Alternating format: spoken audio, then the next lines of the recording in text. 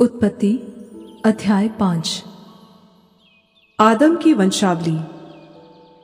आदम की वंशावली यह है, जब परमेश्वर ने मनुष्य की सृष्टि की तब अपने ही स्वरूप में उसको बनाया।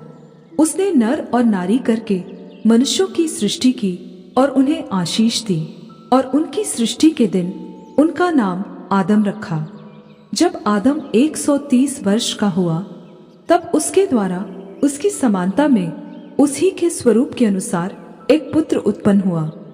उसने उसका नाम शेत रखा। और शेत के जन्म के पश्चात आदम 800 वर्ष जीवित रहा और उसके और भी बेटे बेटियां उत्पन्न हुई। इस प्रकार आदम की कुल आयु 930 वर्ष की हुई। तत्पश्चात वह मर गया। जब शेत 105 वर्ष का हुआ उससे एनोश उत्पन्न हुआ। एनोश के जन्म के पश्चात शेत 807 वर्ष जीवित रहा और उसके और भी बेटे बेटियां उत्पन्न हुई। इस प्रकार शेत की कुल आयु 912 वर्ष की हुई। तत्पश्चात वह मर गया। जब एनोश 90 वर्ष का हुआ तब उसने केनान को जन्म दिया।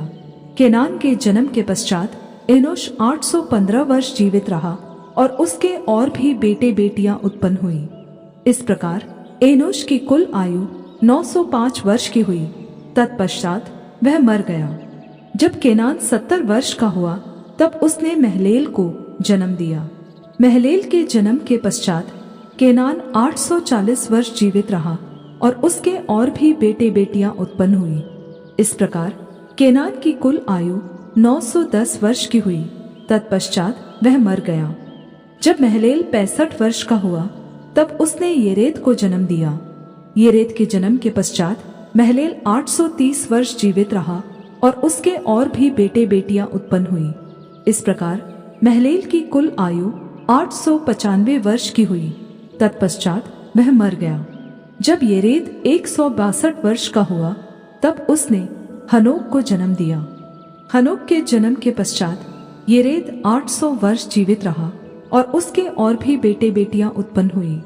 इस प्रकार येरेद की कुल आयु 962 वर्ष की हुई। तत्पश्चात वह मर गया। जब हनोक 65 वर्ष का हुआ तब उसने मतुशेलह को जन्म दिया। मतुशेलह के जन्म के पश्चात हनोक 300 वर्ष तक परमेश्वर के साथ साथ चलता रहा और उसके और भी बेटे बेटियां उत्पन्न हुई। इस प्रकार हनोक की कुल आयु 365 वर्ष की हुई। हनोक परमेश्वर के साथ साथ चलता था, फिर वह लोप हो गया क्योंकि परमेश्वर ने उसे उठा लिया। जब मतुशेलह 187 वर्ष का हुआ तब उसने लेमेक को जन्म दिया। लेमेक के जन्म के पश्चात मतुशेलह 782 वर्ष जीवित रहा और उसके और भी बेटे बेटियां उत्पन्न हुई। इस प्रकार मतुशेलह की कुल आयु 969 वर्ष की हुई। तत्पश्चात वह मर गया। जब लेमेक 182 वर्ष का हुआ तब उससे एक पुत्र का जन्म हुआ।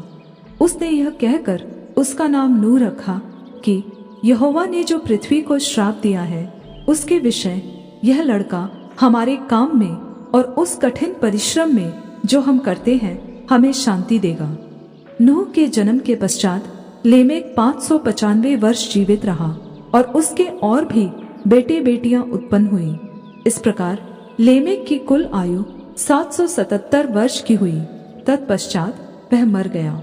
और नूह 500 वर्ष का हुआ और नूह से शेम और हाम और येपेत का जन्म हुआ।